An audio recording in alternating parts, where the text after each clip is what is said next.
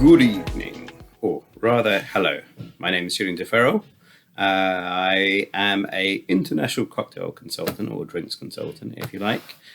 And I am doing this interview, or self-interview, if you like, for Vanguards for their Speakeasy project, talking about the evolution of hospitality. I've got a series of questions that I'll try to make or give succinct enough answers to. The first question is a little bit of a personal presentation, my background, where I came from. So I am, an international drinks consultant. I've worked for the past decades doing that, opening or helping to open a few hundred bars around the world, working on everything from the concept through to the operation, helping to do training and the creation in terms of creating back bars and creating different types of cocktails and stuff.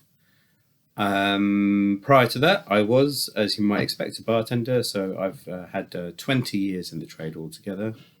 And it really kind of started off as me meeting ends, like with many people, just being able to put bread on the table. I studied art, and as you might expect, it doesn't really kind of pay the bills. So as a backup income, I very quickly fell into bartending. It was something that I'd done since I was of legal age, or maybe a little bit before. And so that was an obvious route for me to go down. And I continued to do that until I think I started to get really good responses from my guests. The moment that I realized that I would be who I am for a long time, if not forever. And I guess, there was a few points I guess I could identify. One of those points would be working with the aim of still developing a career in art, but getting really good responses back from my guests without really trying too hard as well. So I was working in a fairly high volume bar in Covent Garden. Nothing fancy, more of a restaurant bar, but yeah, we went through a lot of guests and a lot of tourists.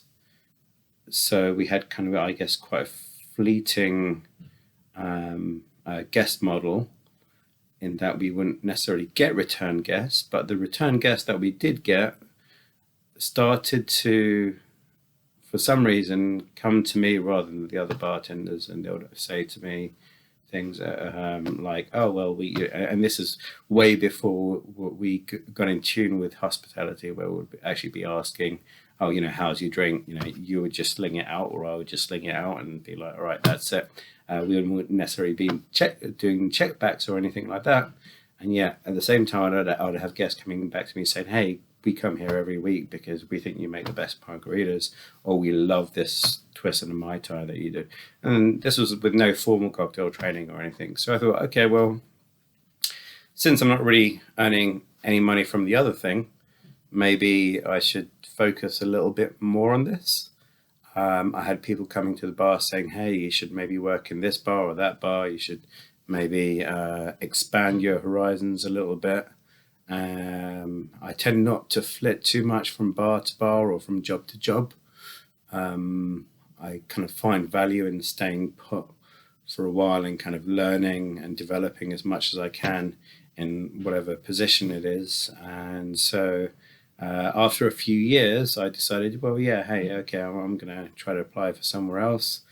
And that went quite quickly. All of a sudden, I found myself working in, I guess, what was regarded as one of the best bars, or one of the bars which was certainly on the forefront of the UK scene at the time, or indeed the world, really. So Milk and Honey. The way I approached it was very old school. I literally turn up to the door with a printed CV and said, "Hey, have you got a job?" I did that to dozens of bars, and they put me through a few exams and a few interviews and such, and I got the position, which was, I guess, the second tipping point in my career. Was that I started to work in an environment with people who were seriously into the trade, and they were very professional about what they did. There was quite a competitive environment as well, and so I learned a lot very quickly, and it's quite intensive. In a very short space of time, I learned a lot from some very talented, knowledgeable, and creative individuals around me. And at the time, although there were maybe cocktail competitions for the past decade or so, at the time there was just a kind of a growing number of cocktail competitions. It was something that brands were cottoning on to as being a valuable way to have bartenders engage with them.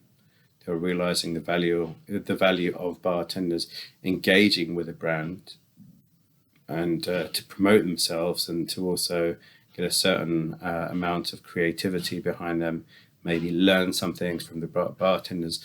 So it was an interesting sort of conversation, and so I decided to start to compete in cocktail competitions. And I guess that was the other tipping point. Is I think it was the first one that I entered. I think I got first place. Second one, which was like literally 2 weeks after, I won that one as well. And at that time, it was quite lucrative, actually, in terms of it wasn't just sort of social media respect or what have you. It was actually you would get paid in cash, in hard money, as well as quite often, or more often than not, being flown around the world for these priceless experiences, and also opportunities to network with other people from the bar trade. The idea that I could potentially make a career of this, I could do well with this, and from then on, people started to, I guess, ask me for advice, which eventually, further down the road, resulted in me being a consultant. So the first full-time gig that I got, I had a few little bits and pieces before then, but I got headhunted by the Gorgeous Group, who are one of the most venerable food and beverage consultancies, a little bit more leaning towards beverage, but they've been going since 99 or even earlier, and they very much have a long history of employing the great and the good. And I eventually got to a point where I was their drinks guy. Essentially, I was the guy who was kind of behind all of their drinks. I was being flown around the world and opening bars in markets that I wasn't familiar with at all.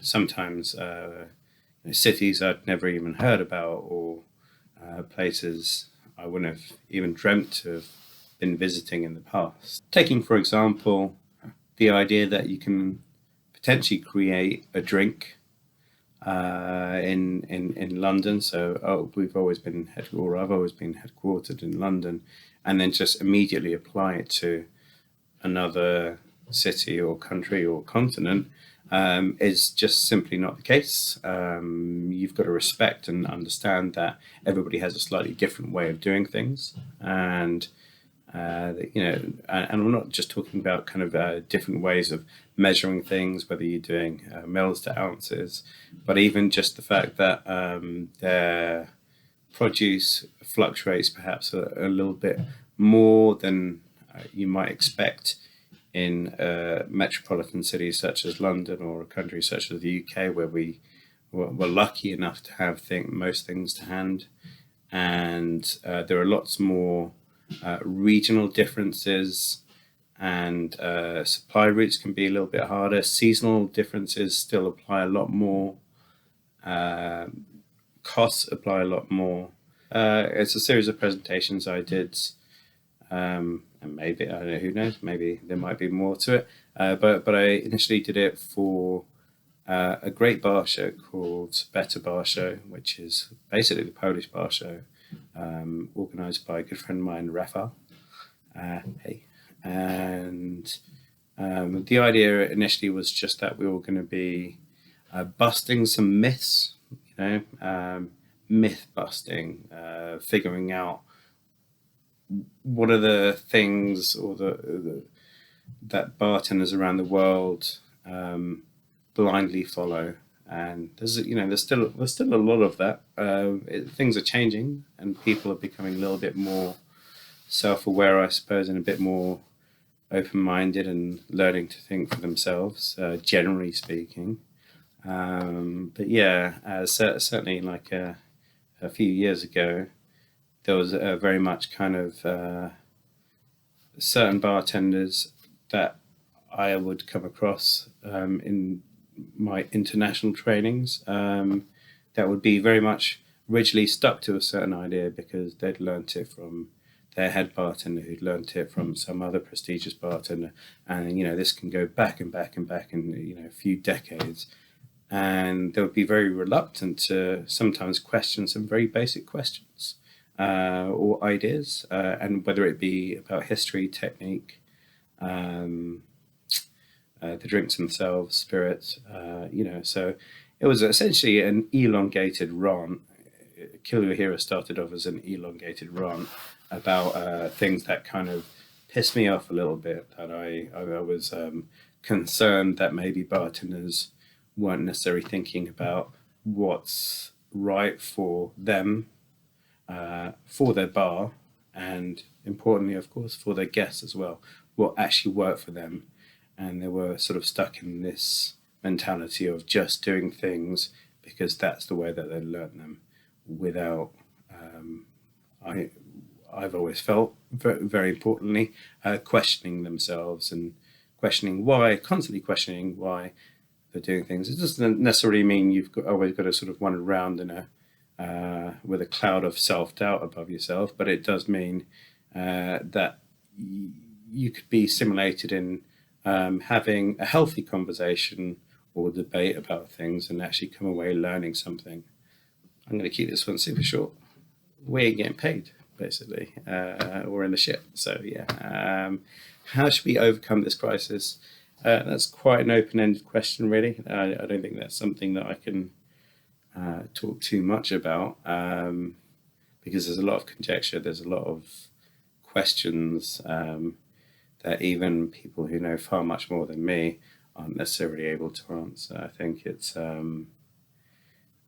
really, if we think about how to overcome the crisis, nationally, I guess for this industry specifically, and particularly talking about a specific nation, the UK, it would be the government responding a little bit quicker and stronger to some of the objectives and demands that are being set out by some of our key industry players, talking about pausing rent and such, and just pointing out the fact that there will be no businesses to get back to unless some sort of action is taken in terms of bars being given an allowance in certain ways. And for sure there have been certain steps for this to happen, but I think generally the idea is that these steps could happen a lot quicker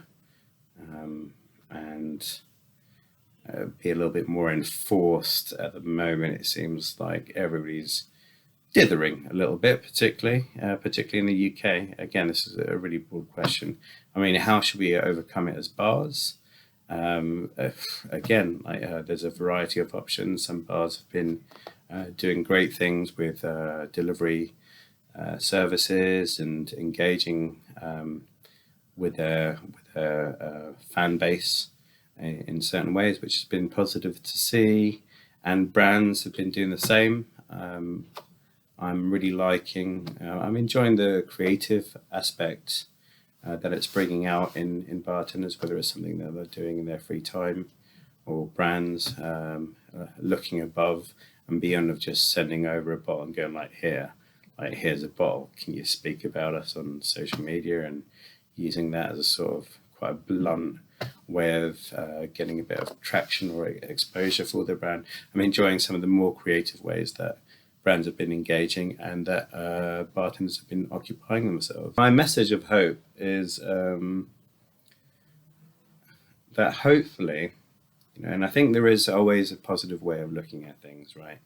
Even in our darkest moments, in the shadiest of times, there's always a way that we can bring a little bit of silver lining to something. And I guess my message of hope is that at the very least, the situation that we're in can put a little bit of perspective on things.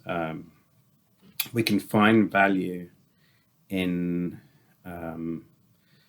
things that perhaps we had a lesser appreciation of, whether it be a simple cocktail simply made, or a local bar, or a bartender who's very humble and maybe doesn't shout about his or her profession as much as they could, but the sort of simple interactions that we get on a day-to-day basis by visiting a bar.